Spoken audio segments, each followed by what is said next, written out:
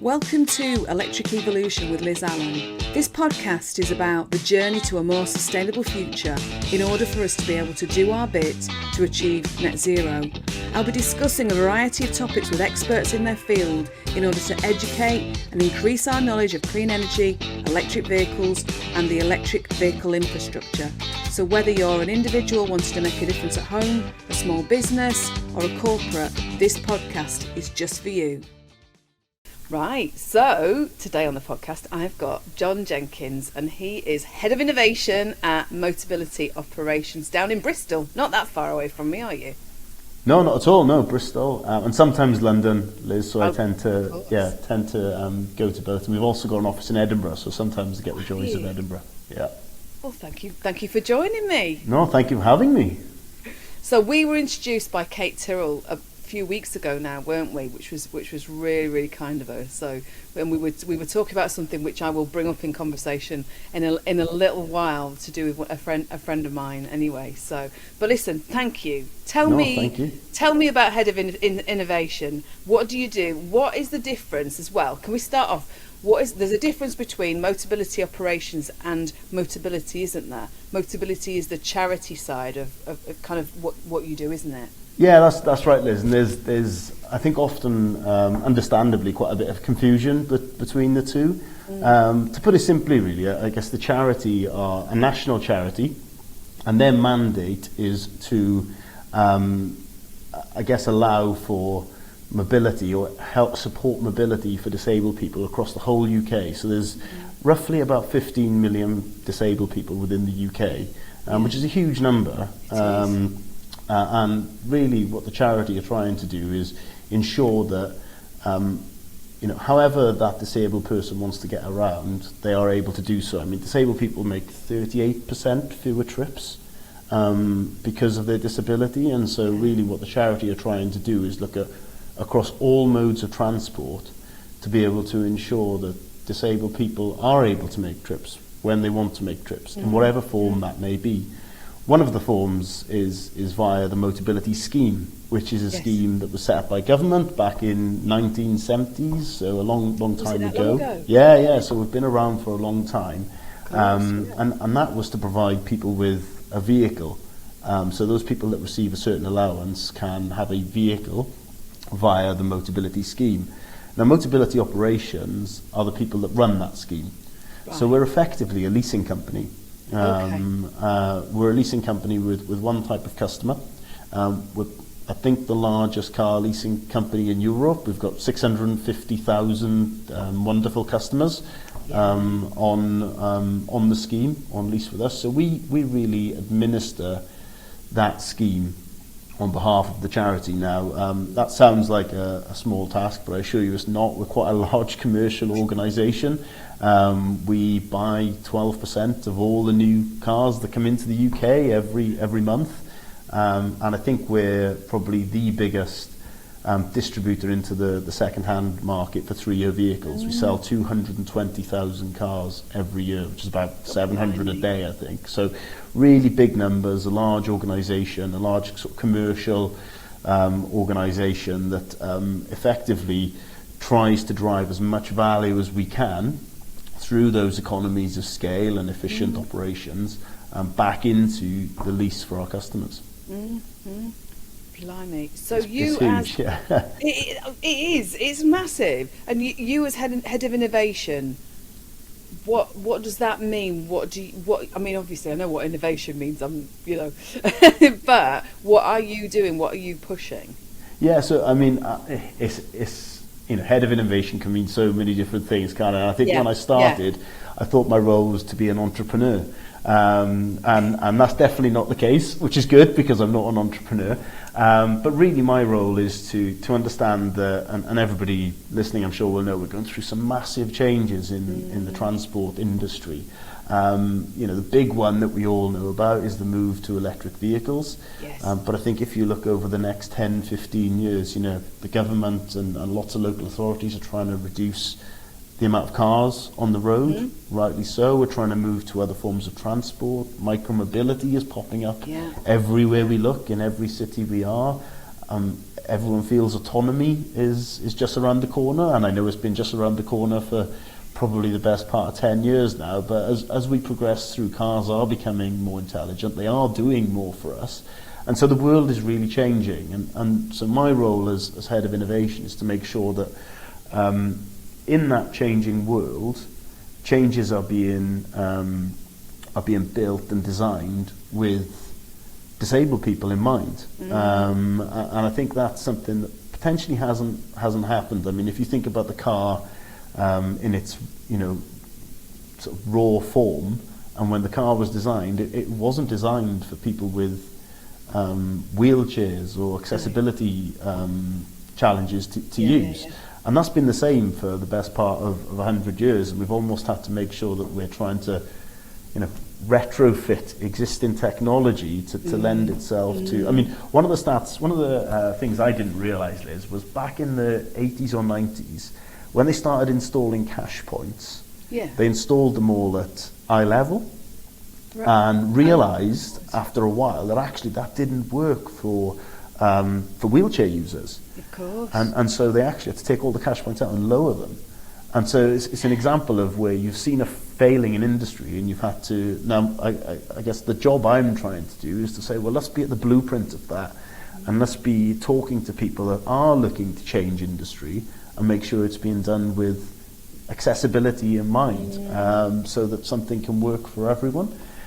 I guess on the day-to-day basis, a lot of what I'm doing at the moment is understanding what changes are happening to ease the transition to electric vehicles, and then how can they work for our customers. So it's really working with startups to bring their interesting ideas and concepts to life for our customers, but also then looking further afield at areas where perhaps things are not being designed with accessibility in mind. And the big topic is obviously the charging infrastructure, and everybody talks about the accessibility of the charging infrastructure, and that's where our mutual kind of relationship with Kate comes from, obviously. But even more broad than that, and you look at things like, I know I mentioned autonomy earlier. Yes, level 5, all singing, all dancing autonomy is perhaps a bit further away than many may think, but level 3 and level 4 are all about how the car interacts with the human, the driver. And the car can drive itself, but it needs the human to take over, or needs the driver to take over at certain points. And many people will have seen that, where you're driving along and the car may be in autopilot mode, but it'll tell you put your hands on the wheel or take over. Now, it's really important that when we're designing these cars at a large scale, that how does the car talk to the person, and depending on what that person's disability could be, or depending on what even just their preferences may be, that car may have to speak to you in different ways. So you start to get involved with some really interesting stuff, like how can certain haptics within the seat or within the seat belt be triggers for taking over the car rather than an alert or a noise. So it gets quite interesting, but really it's about understanding what new products and services can we bring to customers that will ease the EV transition, and then looking further afield, how can we help influence blueprints to make sure new modes are being designed with accessibility in mind, so they can work for everybody. It totally makes sense, definitely, because you do. So hang on, tell me what you were saying about haptics in seats. So hang on. So you've been working with people that you have a seatbelt that will actually adjust when the car needs. Exactly that. It's all in very much design phase at the moment, but we're working with people that are thinking about this. And we went to visit a team in UCL, and they've, you sit in their autonomous vehicle and you get the standard warning triggers to say take over, but you also get different vibrations or trigger points in the back of the seat, and you can get things built into the seat belt that also trigger that. So if you have maybe back problems and you don't want the standard noise or side triggers, then actually you could have something in your seat. And it's just starting to think more broadly about how things can be designed with everybody in mind. So people are looking at this. Again, it's quite a long way away, and we also need to get the link in with the OEMs to make sure it's part of design. But it's really supporting those organisations that are at the forefront of this to make sure that when they are designing it, they've got that disability knowledge as part of their design. If that makes sense. That is, in what you're saying about your job, innovation. That is key, isn't it, for this? It's all of a sudden, I'm listening to you and thinking, oh my God, I hadn't even thought about all these things. That's just amazing, especially if you're involved in seeing this happening. I bet it's just amazing on your side of the fence, as it were. It is amazing.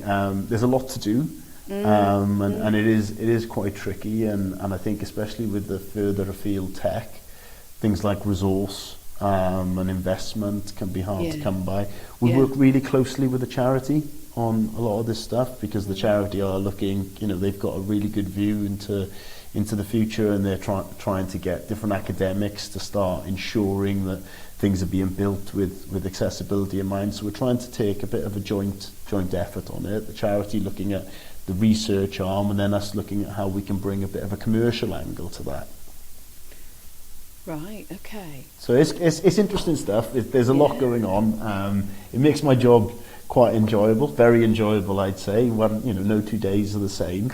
But also you feel like you have got that good sense of purpose that you're trying to build something here that does work for everybody. And it doesn't just stop with disability, Liz. You're a mum yourself, and I'm a parent to a very young child, and so even things like I park in some charging bays when I'm charging the car, and the next thing I need to do is either get a pram out of the boot or get a screaming child out of the back. And when you're messing around trying to pay for things and trying to sort cables out, it becomes really quite a challenge when you've got other people or other things to think about as part of a new and changing world. So everything's different, and then you've also got to layer on the fact you have a screaming child in the back that wants to get out quickly and is not worried about you charging the car. Or I can imagine. Yeah, exactly. We'll come on to your son later. Okay. We'll talk about him later, because we've had the conversations about him before, haven't we? We have. So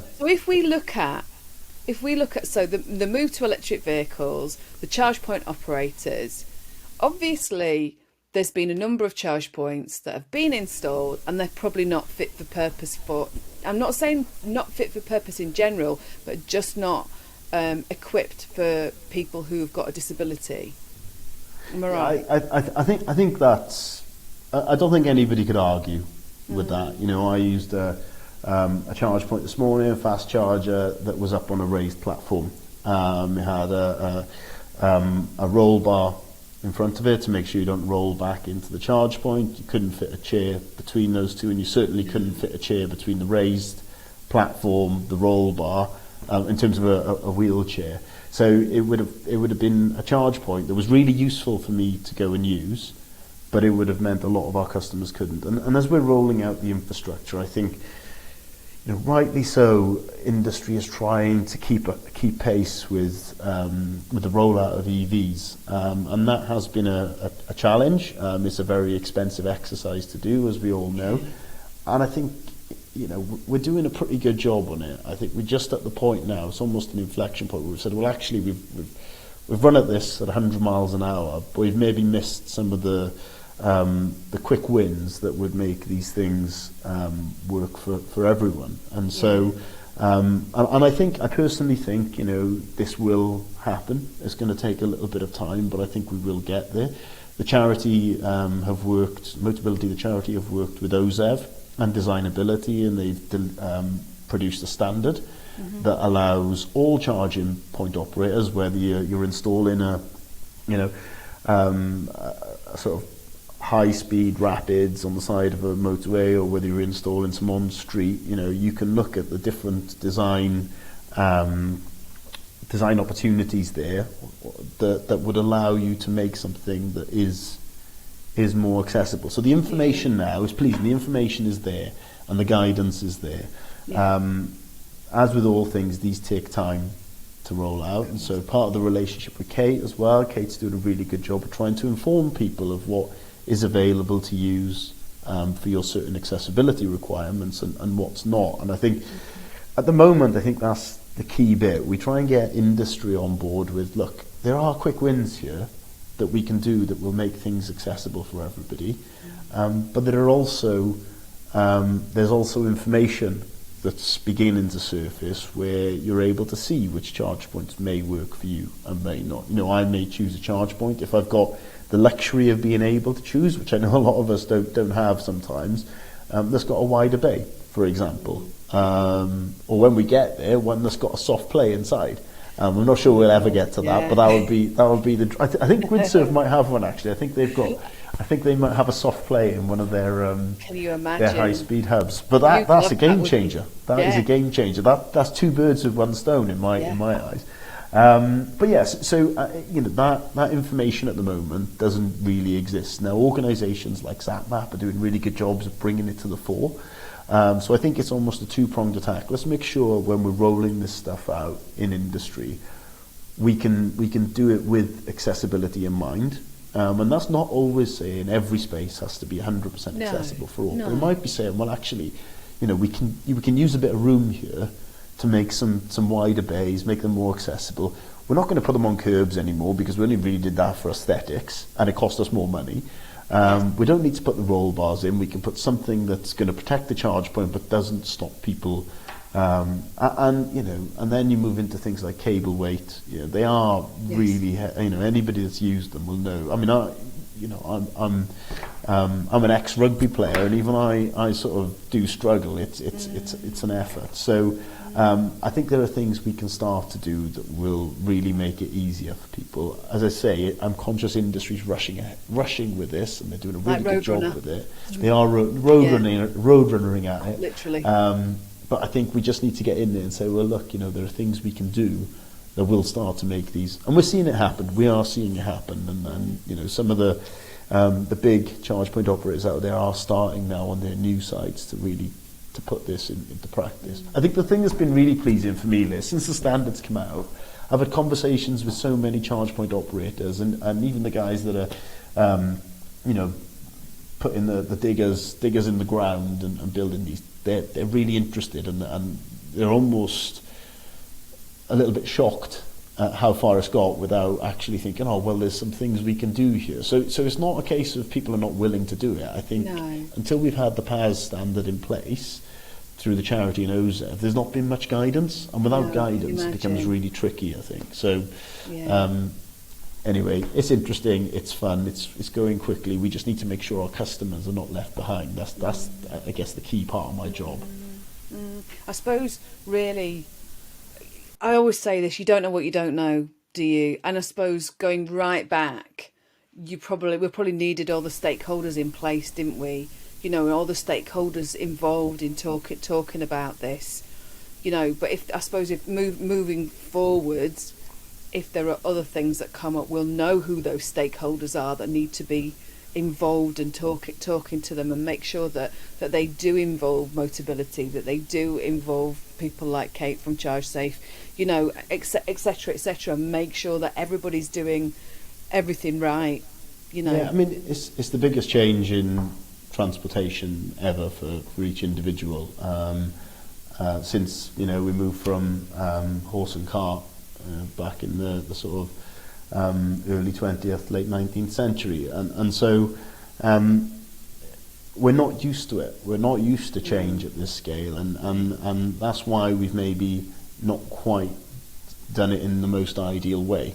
But I think change is going to continue to be upon us, and so it's important we learn our lessons, and I'm speaking kind of to myself in this as much as anybody else. It's important we learn our lessons so that when the next transition comes, which I think will be quicker than 120 years, we make sure that it's being done with it's being designed with accessibility in mind, and something that can work for everybody, and not just not just a select few people. Do you know, I was thinking about the length of time. I don't know whether you saw it, and I can't remember who shared it. There was something on LinkedIn over the weekend, and it was literally they were sharing. It was an electric bus in like the 1920s. Yeah, It was actually being charged at a bus depot somewhere in London. So when you kind of think, oh my God, if we'd have only just, Oh no, it's crazy. I mean, I was up in the Arnold Clark Innovation Centre in Edinburgh a few months ago, and you go back through time, and absolutely EVs have been around for as long as ice. They just haven't had the same, the same significant investment and manufacturers behind them. And I think it's almost, you go back to your Betamax VHS days. Wherever the investment goes, doesn't matter on the tech, does it, or whether it's clean. Nobody was really worried about global warming back in, back 100 years ago. So that won the race ultimately, and now we're looking back going, well, we probably picked the wrong horse there. Sorry, I was in Cheltenham last week, and the horse metaphors are going to fine. I get you. Yeah. Got to do it. You got to use them. So what is a perfect charge point? I know you've kind of said it, sort of partly said it. A perfect charge point for somebody with kind of accessibility needs. Yeah, so I mean, if I was designing one, I mean, the first thing is you need to make sure you've got a bit more room. Yeah, I mean that's the obvious. All round. So, all round, front, everything. back. I mean, we'll probably come to talk about WAVs later. Yeah, WAVs are longer. They need to make sure that you've got enough space to get in and out, but also to park in a space, frankly. So they need to be bigger all round. That's the first piece, I'd say. You then get to them. They need to be on a very level, hard surface. So I've seen some recent ones come up that have been on some chippings, like stone chippings, like gravel almost, and okay. It looks nice. The aesthetics are there. It looks a little bit like a fancy front garden. Yeah. But how do you use a wheelchair on that, or even a walking aid? It's not practical for people. So a nice hard flat surface is important. When you then get to the charge point itself, I think you need to have something that can support the weight of the cable. Yes. And I don't see many really effective ways of doing this at the moment. Some of the springs you get do actually support the weight of the cable, but people are developing now, and it's only in design, but arms that actually push out, so they hold the whole cable out to your charging port wherever you might need it, so you can move it in a direction and it'll move with you, an arm that holds the weight. The handle, the charge point, you need to be able to have a good handle that you can get a grip around. So you okay, Liz? So a good handle that you can get a good grip around, and then the screen. You need to make sure the screen is at a good height, and the payment area at a good height and visible, or almost on a tilt. Really, if you could put the screen on a tilt, we'll make sure that it can be seen from all different angles. Then that would work too. So there's quite a few things in there, and we can go into more detail on all of those areas. And there's other things that, has it got accessible toilet facilities on site? Has it got, there's lots of other things you can think about. But in this kind of really narrow, the charge point and around the charge point, they're the things I think you should be trying to pick out and say, right, are these, and Kate will tell you as well, you need to look at things like lighting and cameras on site, etc., etc. So the PAS itself is quite a big document, but designability have done a really good job in almost kind of narrowing that down to what are the key things we need to look at. What I've just spoken about is a network charger, a rapid charger on a motorway. You've seen her in a route one. You then look at destination charge points, and space is naturally much more confined, so there's other things you need to try and look at. Could you maybe make one of your destination pod of 4 in a bigger bay? A lot of these are in town centres or on sort of busy main roads into town centres. So is there enough room just to make one of them a bit wider, and just start thinking in that way? But that's really how I start thinking about design. As I say, the first port of call I would make is to the charity. So normally if I speak to a big commercial charge point operator, I would want Motability, the charity, in the room. They're the experts on this, and they really understand it, together with designability, and so they can help inform in a as reasonable a way as you can how you should start to design these sites and design the rollout. I mean, we've been seeing some really good stuff though, Liz. We've been seeing, I'll mention Shell here. Shell are looking at the design and rollout of all of their charge points, and they're starting to build them with accessible bays in.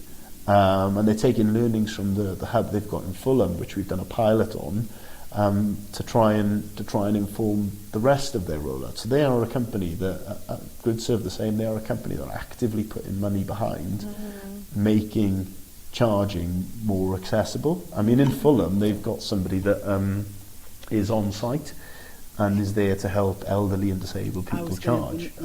Which again, I think the interesting thing is, at the moment, people that have taken EVs, our customers that have taken EVs, have done so and they've become accustomed to charging and they've worked out how to do it.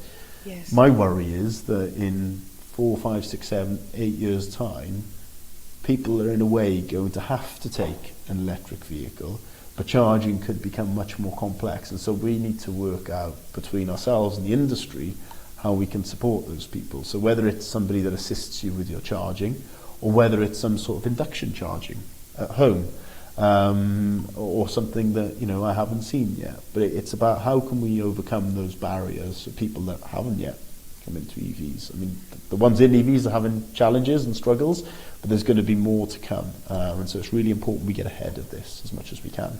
So I was going to ask you, so how many people in the Motability scheme have actually moved over to EVs then? So we got 20,000 at the moment on electric vehicles, or in electric vehicles, which is a pretty big fleet in its own right, but still a relatively small proportion of the 650,000 customers we have on scheme.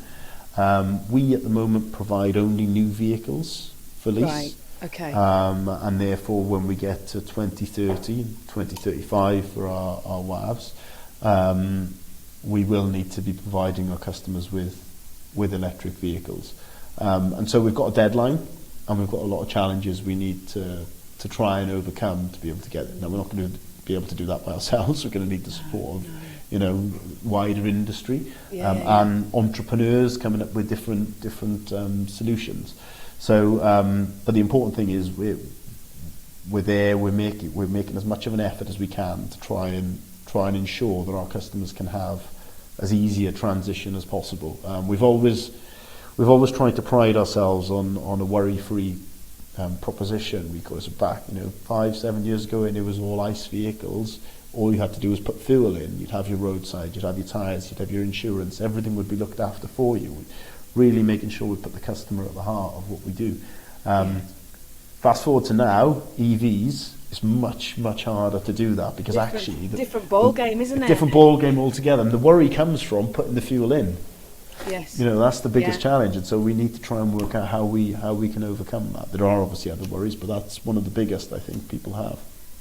And I suppose this works in nicely as in to what we initially spoke about. So when me and you were speaking the other week, we were talking about WAVs. So a WAV is a wheelchair accessible vehicle, isn't it? Yeah, that's right. So that's a vehicle that a customer can enter into while remaining in their wheelchair or powered chair. Normally somebody else would drive. But we also have what we call a drive-from wheelchair vehicle, where the customer would drive themselves from their chair. And so we'd adapt vehicles, we adapt small, medium and large vans, depending on what the customer's specific accessibility need is, to be able to allow a customer to have a vehicle that they can remain in their chair in. So, and some of them are significant adaptations. Some of them less so.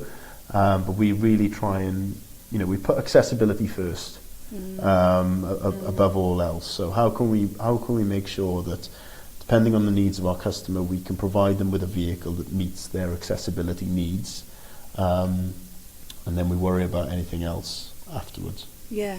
So if I just explain to people watching and listening, so a very good friend of mine, Kelly, who I've known for years now since I moved down south. Her brother is a kind of a WAV user, so he's disabled, and Kelly drives the van. So, and he's coming to the end of his leases, and as I said to you, and wanting to move over to an electric WAV. But there are issues, like you said, because if you want to explain to people, kind of, obviously there's an issue with the battery being so low at the back, isn't it? Where a wheelchair would go into a van normally. So you've got normally where you'd actually probably change the back end. You can't quite do that in the same way, can you, in an EV? No, that's exactly right. So traditionally, when we've converted particularly smaller vans, we've almost lowered the back. We've been able to put a ramp in, and then that's allowed for enough clearance for somebody or for a wheelchair user to be able to get into the back of the van, back of the WAV, I guess. But the challenge we have now, as most people I'm sure will know, is all of the batteries are basically the floor of the vehicle, and so it becomes really difficult to lower that floor to be able to get a ramp in. The vehicle's just simply not designed around being able to do that. So that's a particular challenge. Now there are vehicles that are being designed slowly. I mean, anybody that follows Paul Kirby and the van industry will know that they're perhaps a little bit further behind, particularly when it comes to getting good range, but they are coming, and you're seeing more and more, especially last mile delivery drivers, and some, I see, we have quite a few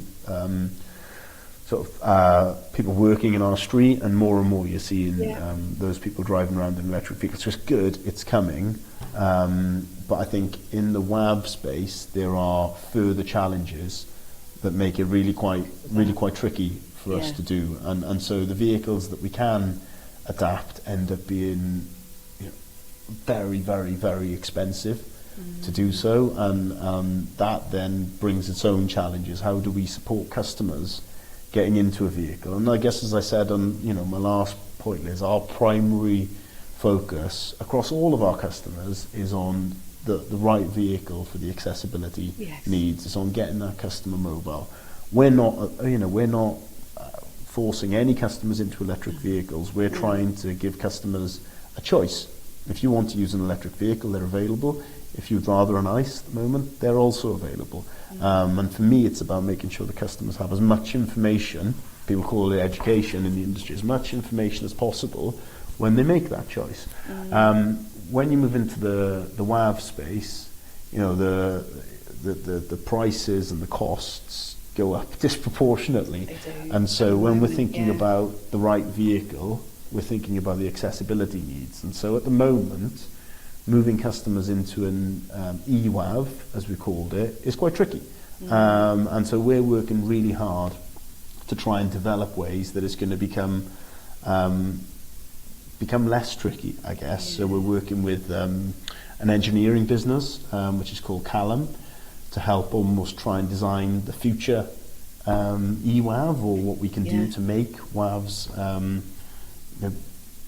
A, more affordable, and B, more feasible to actually turn into to lower floors and to get wheelchairs working. So we're going almost back to the basic engineering level with this, and we're trying to partner with industry and with academia to say, how can we overcome this challenge? We feel it's one that the WAV industry is not huge, unlike the standard vehicle industry, which is solving lots of problems. The WAV one isn't, and so we at Motability Operations and Motability the charity understand that we almost need to do more to try and help move it along, if you like, and try and help push the eWAV progression a little bit further, which is why we are trying to invest in engineering spaces. I suppose so. In a WAV, then in an I suppose in an eWAV, would the battery take up the whole of the floor length then? In an eWAV? I'm not sure it's the whole. I mean, it varies, doesn't it? It depends what size Yeah. battery you have. But I mean, I suppose it depends on the balance of the car as well, because you need to have it in a place where it kind of balances out the car. 100. So the vehicle is designed to operate with the weight in the back and across the base of the floor. As soon as you start chopping and changing that, it becomes really difficult to, people say, well, let's put a U-shaped battery in. That's fine, but where's the space? You're almost going to halve the size of your battery, and lots of batteries are. I think the word's modular. The phrase is modular, where you can take bits off. Yes. Again, you're losing. Range isn't great on these vehicles as it is, and then you're going to lose a third, half of range. So there are different ways you can look at this, and people are looking at, can we redesign certain vehicles to become vehicles, but almost design the battery around the way the vehicle exists today. And then other people are saying, well, actually, let's go bottom up and let's design a whole new skateboard and build it from the ground up. So different people working in different ways. We're trying to design a prototype. That's ultimately what we're trying to do. And what we would like to do with that then is work with the industry to see whether we can get that prototype into production for our customers. So it's interesting, but it's a challenge, a massive challenge for us. And as I say, it's a challenge that we feel we need to be a bigger part of than maybe some of the other standard vehicle production challenges that we're seeing today, which frankly OEMs have got much more money than we have, and they're all competing to try and solve these problems. So we need to let them compete. We need to let the problem solve themselves in a way. Whereas in the WAV space, we need to be more involved.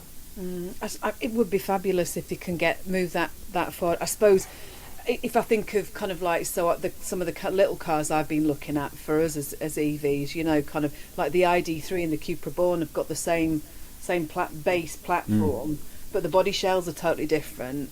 So I suppose if you can get a prototype that's, this is what you can change the body shells anyway accordingly, can't you? Well, and the EV6 and the Ioniq are basically exactly the same car, the Ioniq 5. They are, Ewan McTurk and Rick Bullimer did that show, didn't they, where they both test drove one each, and the charging speeds are the same, the kind of entire body is the same. The only difference is the Ioniq is almost we're going to build this to look like an EV, and it's going to have all the mod cons and everything inside, and the EV6 is built more around, well, let's almost create something that looks similar to the cars of today, and see where you go. So I don't think they could tell them apart, and they're much more, they're much bigger experts in the industry than I am. But yeah, it's happening a lot.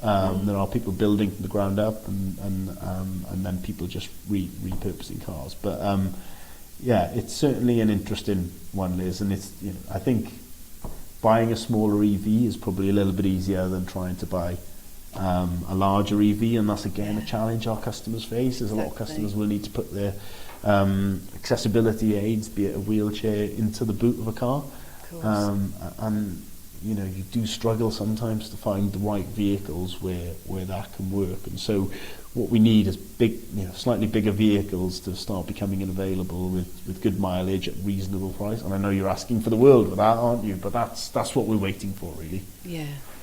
But I always think kind of over time, and I've said this on a few of my podcasts, over time, if you think, so I remember in like the 1990s, before I moved down south, my boss having like a massive, I've got my car phone, which is like, the size of a small house,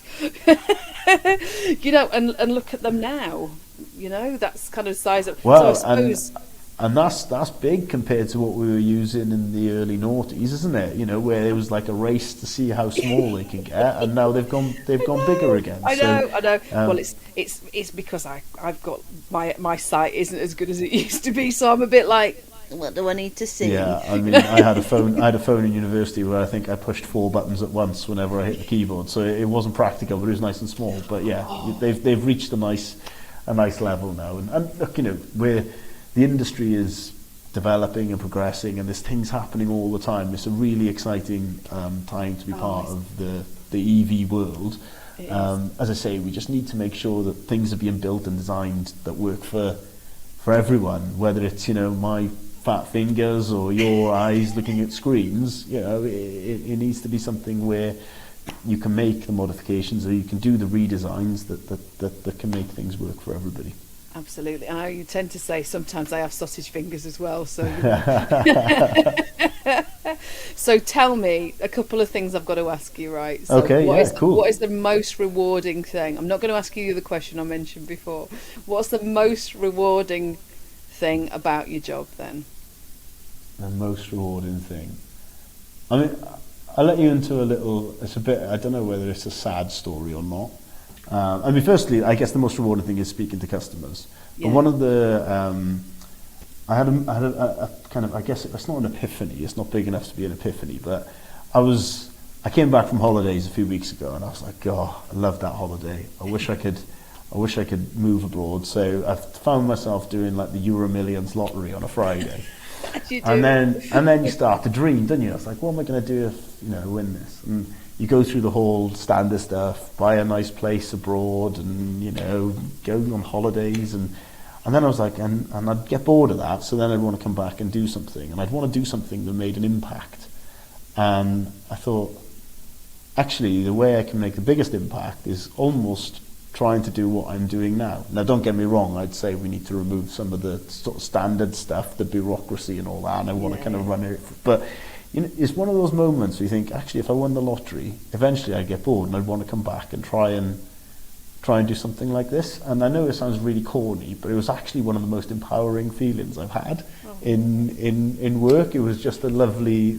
Now, whether that is true or not, Liz, I need to win the lottery to actually find out. But it was a really nice kind of 5 minutes of thinking for me. But no, look, trying to arrange that very shortly. Is that I can win it too? Yeah, I'm not sure how much your podcast budgets will spread to, but not that big. No, so yeah. Look, I mean, I speak to customers. My former job was finance, so I led the finance team here in Motability, and that was incredibly rewarding for different reasons. In this role, I'm customer facing. I'm talking to customers about their challenges, but also about the joys they're having and the freedom that Motability Operations brings them. And it's really easy when you're working in a big business to lose sight of that sometimes. And actually, for me, it's been speaking to customers, seeing the impact different things are having on their lives. I guess when you start bringing new products to the fore with customers and start getting customers to try new things that you've developed or you've worked with partners on, and getting really positive feedback on those about how they've not changed their lives, that's a bit too big. I mean, the car will change a customer's life, but the things we're trying to add on then are things that make life much simpler and remove lots of stress around life. And when you start hearing things from people that's happened, I mean, I don't think there can be anything more rewarding, to be honest with you. And we're very lucky here. We've got a really good team, and the guys are all about the customer. They want to meet as many customers as they can. They want to talk to customers, and they get a lot of joy from when those things go well and we get things into the hands of customers. And you get good feedback. It's not all good feedback, don't get me wrong. You obviously with new things you're going to have constructive feedback, which we need to work on. I think that's probably the best part of my job. I couldn't think of anything better, to be honest. So that's cool. Nice. Yeah, it's cool. It's very cool. It's I think we've got a good team here. I mean, everybody sort of waxes lyrical about the companies they work for, don't they? But I've worked in a few different organisations, and it's quite incredible how the people here are really kind of set up and focused around the purpose of what we deliver, and we keep that even though we're a big company, and so and it's nice. It makes it a good place to work. We, no matter when it was said, you still have your kind of politics and your bickering and all that sort of stuff happens. But at the end of the day, you can come back to, why am I doing this? Like I did with I want to move away, win the lottery. And why am I doing this? Well, I'm actually doing it because hopefully it's going to make a difference to someone or a lot of people somewhere. Yeah. And as a final point, let's talk about your boy. We've talked about your little boy, so come on, let's talk about him. Well, He's got a favourite thing at the moment, hasn't he? He has. Tell everybody how old he is. So he's 18 months. We've just taken a new vehicle on, so we've got a new Model Y, which is my wife's car. So I don't really need a car. I work really close to home, but it's my wife's car. And his new favourite word is car. And all he does, whether it's 4 a.m. in the morning, whether it's just before bedtime, is just shout car at you, and he wants to take you off and to sit in the car. And he just, so you'll be sitting in the car, the horn goes off every few minutes. There's a loud horn. He's working out everything. He's almost getting better on the Tesla than I am. Goodness no, and you go back into the car when you go back there, and all different modes have been enabled. He's turned off and on things. So yeah, he's enjoying his first EV experience, let's say. He never got into the other ones, but I think he's just at the age now where he's just getting really kind of car and talking about it. So I spent, I think, an hour of my Mother's Day yesterday sat out in the street, randomly tooting the horn at various passers-by. It's great. I mean, the only advice I'd give to anyone is don't take a role as head of innovation just as you're having a new baby, because it's quite a challenge to mix the both. But I'm surprised you're actually awake. Well, yeah, I mean, I've been awake for quite a few hours now, as you could probably tell. It's funny, isn't it, when you've got a small child. I remember when my son was little, my husband had changed his hours, so we kind of end up waking up at sort of like, he'd go to work or set off to go to work about 6, because we've been awake since 5. You know, one tip I shall tell you is, when he's old enough to know the number 7, right? Yeah. Tell him on the alarm, get him a digital alarm clock, and tell him that the 7 has to be at this end, not that end, because otherwise you'll get woken up at God knows what time. Okay, that's good advice, Liz. Yeah. I probably need lots more, to be honest, so just keep it coming as much as you can. I will. I'll just keep texting you and going, and this thing, I remember that.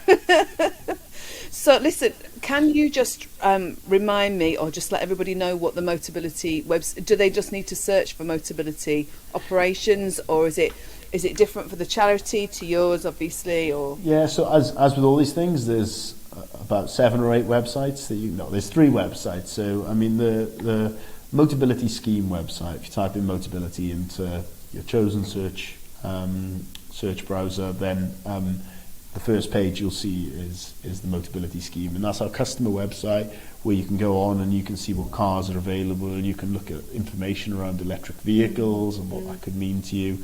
And just really find out everything you need to know about the scheme.